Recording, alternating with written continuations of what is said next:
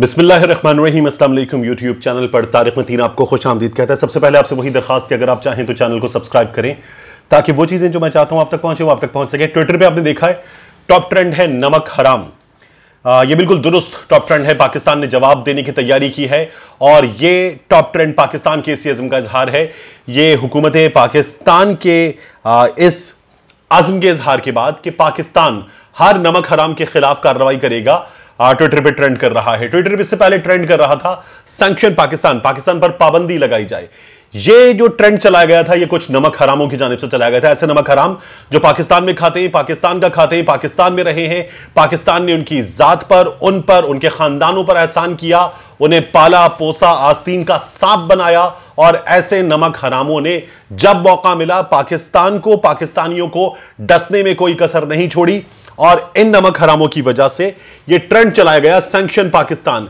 ऐसे नमक हरामों में सबसे बड़ी तादाद में अफगानिस्तान के, पाकिस्तान में मौजूद एलिमेंट्स थे जिन्होंने पाकिस्तान के खिलाफ ट्विटर पर ट्रेंड चलाया। ये वो लोग थे जिन्होंने ये देखा कि गुज़श्ता कुछ अरसे में अफगानिस्तान में अमरीकी इनखिला से कुछ अरसा पहले तालिबान ने जिस तरह से जवाब देना शुरू किया और फिर उसके बाद जवाब दिया, अमरीकी इनखिला हुआ, अमरीका भागा, भारत भागा, भारत के भगोड़े अफगानिस्तान से निकलने पर मजबूर हुए। उसके बाद अफगानिस्तान की अफवाज मुसलसल मार खा रही हैं, हर शहर में मार खा रही हैं, हर जगह मार खा रही हैं। और मार खाने वाली अफगान अफवाज के सिपह सालार को भी तब्दील किया गया है।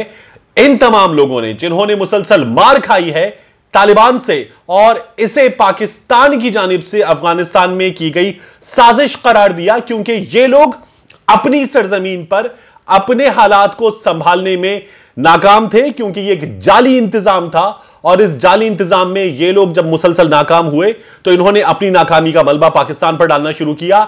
सैंक्शन पाकिस्तान एक ट्रेंड चलाया गया और इसमें 8 लाख से ज्यादा ट्वीट्स किए गए।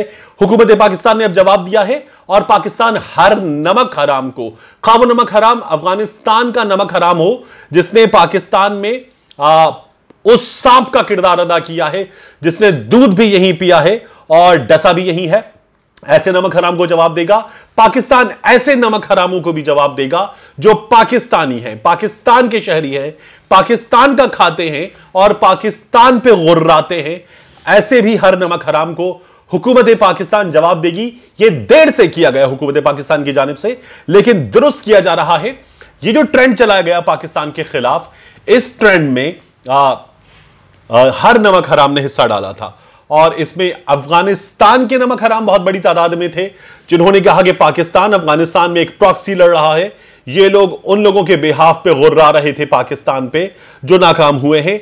इंडियन एलिमेंट्स बहुत बड़ी तादाद में थे जो हमेशा पाकिस्तान के खिलाफ सोशल मीडिया पर अपनी काविशें लेकर सामने आते हैं, खा वो ईयू लैब की शक्ल में हो, ईयू डिसइंफो लैब की शक्ल में, या उसके अलावा एक बड़ा पाकिस्तान ने बार बार इन लोगों की जो साजिशें हैं उनको बेनकाब करने का कारनामा अंजाम दिया है गुज़श्ता कुछ अरसे में। और ये सिर्फ सोशल मीडिया पर या ट्रेंड्स में या डिस इंफॉर्मेशन फैलाने में मुलव्वस नहीं है। इन लोगों ने पाकिस्तान में फिजिकली ऑन ग्राउंड हालात खराब किए हैं और पाकिस्तान ने इसके सबूत अभी गुज़श्ता कुछ अरसे में मुसलसल दुनिया के सामने रखे हैं। फवाद चौधरी साहब ने और मुईद यूसुफ साहब ने, नेशनल सिक्योरिटी एडवाइजर, इस सिलसिले में जो मालूमात फराहम की। 150 ट्रेंड पीटीएम, पश्तून तहफ़्फ़ुज़ मूवमेंट, मंजूर पश्तीन और उसके साथियों ने, मोहसिन दावड़ ने, ये जो अली वजीर इस वक्त पाबंद सरासिल है, इन लोगों ने ये ट्रेंड्स चलाए थे, इनके हिमायतियों ने ये ट्रेंड्स चलाए थे। और ऐसे ट्रेंड चलाने वालों में मीडिया के लोग भी शामिल हैं जो बाकायदा तौर पर इनका साथ दे रहे थे। हुकूमत पाकिस्तान का यह कहना है कि अभी तक इनके खिलाफ कार्रवाई नहीं की गई है, लेकिन अब कार्रवाई की जाएगी और की जानी चाहिए। ऐसे लोगों के खिलाफ कार्रवाई, रियासत के खिलाफ चलने वाले ट्रेंड का हिस्सा बनने वालों के खिलाफ कार्रवाई। हुकूमत अभी ऐसे लोगों को आइडेंटिफाई कर रही है, ऐसे तमाम ट्विटर हैंडल्स को आइडेंटिफाई किया जा रहा है। आगे बढ़ेंगे, इनके खिलाफ कार्रवाई होगी और पाकिस्तान के इदारे इनके खिलाफ कार्रवाई करेंगे। आदाद शुमार इस सिलसिले में मैं आपको ये बता सकता हूं कि जमा कर लिए गए हैं और ऐसे लोगों को मुतनब्बे अभी किया गया है, मगर डाटा की बुनियाद पर तमाम सबूतों के साथ इन लोगों के खिलाफ कार्रवाई होगी।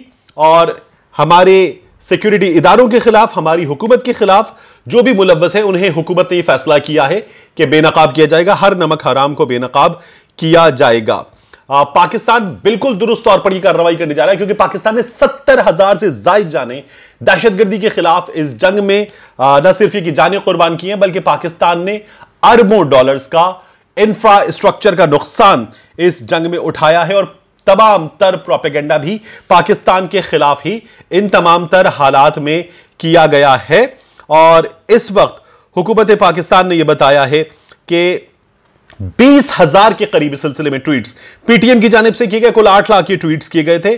पाकिस्तान के सहाफियों ने भी इसमें हिस्सा डाला और पाकिस्तान से फरार ये जो लोग हैं जो पाकिस्तान के इदारों पर इल्जाम लगाकर के हमारी जान को खतरा है, बैरून मुल्क पनाह हासिल करते हैं, ऐसे लोगों ने बड़ी तादाद में हिस्सा डाला। इसके अलावा हुकूमत का यह कहना है कि अफगानिस्तान का नायब सदर अमरुल्लाह सालेह इसमें शामिल है, अफगानिस्तान की कौमी सलामती का मुशीर मुहिबुल्लाह इसमें शामिल है, और अफगानिस्तान का वजीर दिफा जनरल बिस्मिल्लाह मोहम्मदी भी ऐसे ट्वीट करने वालों में शामिल है। आप जब जाकर नमक हराम देखेंगे तो आपको सांप नजर आएंगे जो दूध पी रहे हैं, पाकिस्तान का पाकिस्तान पे गुर्रा रहे हैं। और इन्हीं ट्रेंड्स में आपको नजर आएगा मियां नवाज शरीफ के हवाले से बनाया गया एक इश्तिहार भी जो बहुत दिलचस्प है।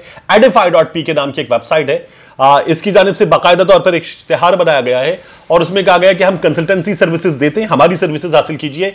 यह ना हो कि मियां नवाज शरीफ जैसी शख्सियत रखने के बावजूद, नाम रखने के बावजूद भी आपकी वीजा एक्सटेंशन की एप्लीकेशन रिजेक्ट कर दी जाए। यह इश्तिहार मियां नवाज शरीफ के खिलाफ बना है, यह भी इस ट्रेंड में शामिल है, क्योंकि होना नहीं चाहिए, लेकिन यह इंफॉर्मेशन मुझे आपको देनी थी। इसके अलावा मरियम नवाज शरीफ साहिबा जो हैं उन्होंने एक इत्तला दी है इंतहाई अफसोस के साथ, और मरियम नवाज शरीफ साहिबा ने 2 ट्वीट्स किए हैं। अपने ट्वीट्स में मरियम नवाज शरीफ साहिबा जो हैं वो ये कहती हैं कि उनके बेटे की शादी है लेकिन वो लंदन नहीं जा सकेंगी। उनका ये कहना है कि माय सन्स जुनैद्स निकाह विद आयशा सैफुर रहमान, ये एहतिसाब कमीशन जो मियां नवाज शरीफ ने बनाया था, जिसने लोगों के खिलाफ मुकदमात बनाए, उन्हें जेल में डाला। आसिफ अली जरदारी की जबान पे जो कट था वो भी उन्हीं दिनों में लगा था, और आसिफ अली जरदारी साहब का ये कहना है कि एहतिसाबुर रहमान ने मेरे खिलाफ ही कार्रवाई की थी। तो ये कहती है कि आयशा सैफुर रहमान से उनका निकाह होगा लंदन में 22 अगस्त को। अनफॉर्चुनेट है, मरियम नवाज शरीफ साहिबा कहती हैं कि I will not be able to attend the ceremony owing to a blatant victimization, bogus cases and my name on ECL। Maryam Nawaz Sharif साहिबा का नाम एग्जिट कंट्रोल लिस्ट पर है। उनका ये कहना मेरे खिलाफ जाली मुकदमात हैं। I was in jail when my beloved mother passed away and now I won't be able to share my son's happiness, but I will not make any request to this government for travel abroad। ये हुकूमत पहले ही बता चुकी है और मरियम नवाज शरीफ साहिबा सिलसिले में 3 बार कम से कम हुकूमत से राब्ता कर चुकी हैं कि उन्हें जाने दिया जाए, लेकिन हुकूमत की तरफ से इनकार हो गया था। अब मरियम नवाज शरीफ साहिबा ये कह रही हैं कि मैं नहीं जाऊंगी, मैं अपना मामला अल्लाह पर छोड़ती हूं।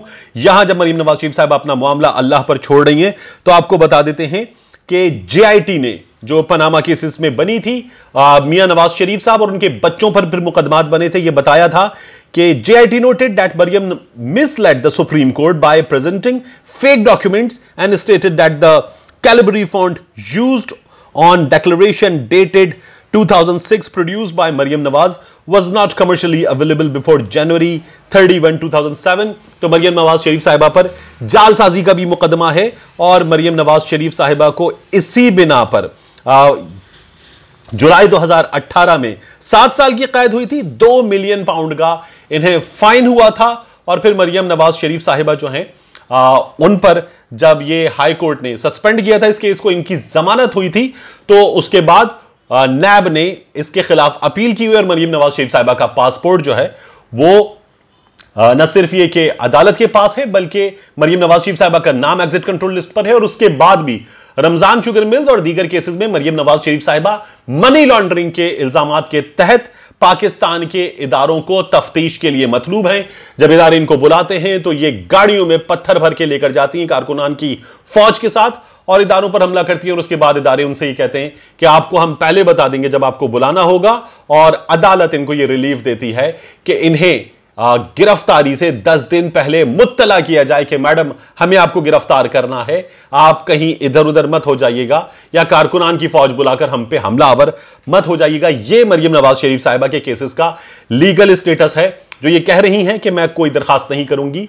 ये दरखास्त पहले ही कर चुकी हैं और इस दरखास्त के सिलसिले में इन्हें ना कहा जा चुका है। हाइड पार्क के साथ लग्जरी होटल है और उस लग्जरी होटल में मरियम नवाज शरीफ साहिबा जो हैं उनके बेटे जुनैद सफदर की शादी हो रही है लैंसबोरो। और इस लग्जरी होटल में 22 अगस्त को जब ये तकरीब हो रही है तो आप जाकर गूगल कीजिए और आपको बड़ी वेबसाइट्स पर यह नजर आएगा कि यहां बहुत लिमिटेड रूम ऑक्यूपेंसी अब अवेलेबल है। मिलते हैं इंशाल्लाह आपसे अगले व्लॉग में।